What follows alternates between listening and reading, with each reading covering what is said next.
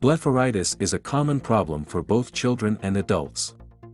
It is an inflammation that affects the eyelids and eyelashes and can be brought on by bacterial infections, poor eyelid hygiene, excessive oil production and allergic reactions.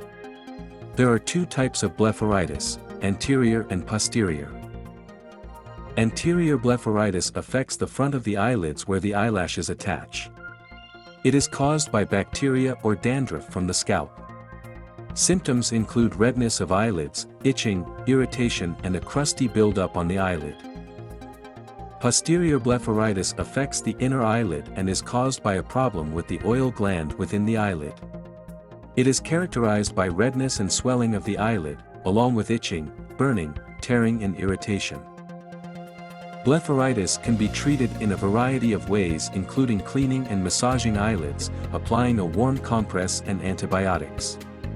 However, long-term effects can cause problems, so it is important to consult with your eye care provider. In the next video, we will learn about the glaucoma. Please subscribe and support us to learn more. Thank you.